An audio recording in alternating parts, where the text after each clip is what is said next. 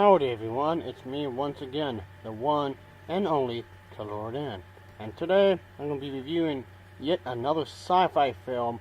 This one is titled Valley of the Dragons. So yeah, this is an early 60s film.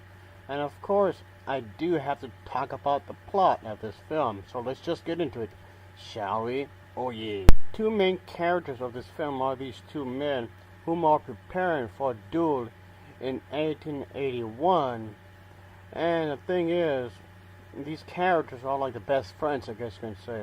One of them is an American named Michael, and the other is a French named Hector. The two men, however, are swept from the face of the earth so they are sent back in time where they are in this prehistoric age kind of thing going on. This comet had pretty much brushed against the earth and takes the two men to the moon where they discover prehistoric society, and things are pretty crazy, I guess you can say. The two men will have to make do with what they have and figure out on how to solve their problem since they don't know what quite to do really. Of course, it's a hostile environment, obviously.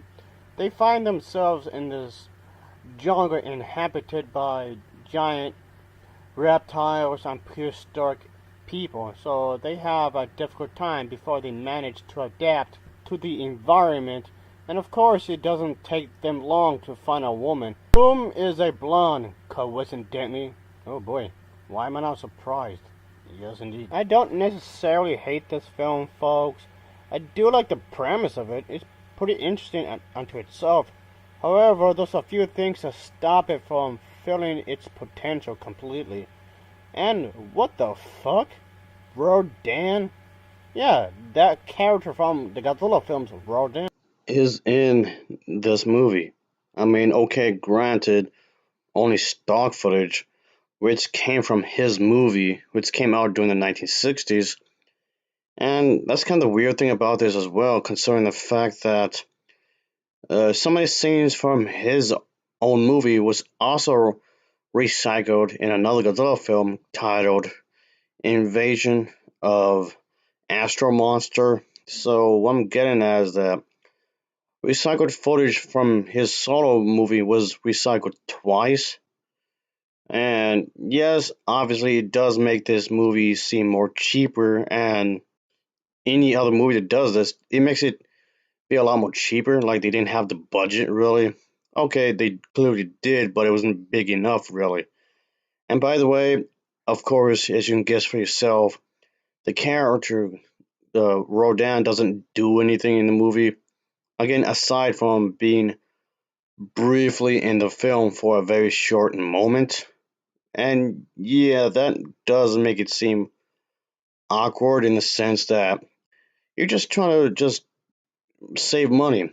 And any fan of these types of movies, the kaiju films, would have obviously know about this because they've seen these movies quite a few times, of course, and whatnot. And yeah, I noticed that the second I saw it. I highly doubt that the Toho company actually knew about this, really. And if they did, I don't know what happened, really. If that were me, I would just sue them out. Sue the shit out of them. Well, what the hell? This is odd.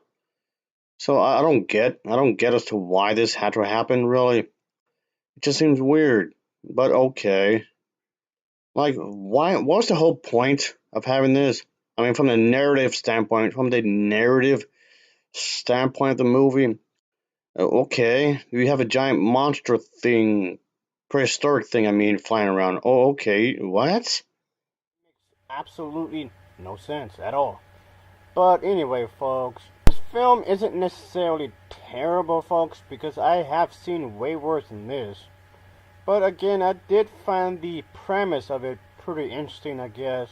There's some cool parts, I suppose. But overall, folks, in some ways, I felt that the writing was a bit lazy at times. And I felt that it just came off. It pains me to say that because I like these low budget types of sci-fi movies. But, oh well, I guess. I mean, yeah, there were a few things that I did like about this film, folks. I like the setting, and I liked some of the sets that were designed for this film. That was pretty cool. The fact that it's in black and white does give it a certain mood to it, I guess, and a certain charm. Yes, I'll tell you to check this out if you have nothing else to do, folks. If you have absolutely nothing to do during the weekend, well, this will be a good chance to waste some time. I guess that's a good way to say it. It's a good time waster at best, I guess. Yeah, it's not that great of a movie overall, folks. I mean, it's decent, I guess.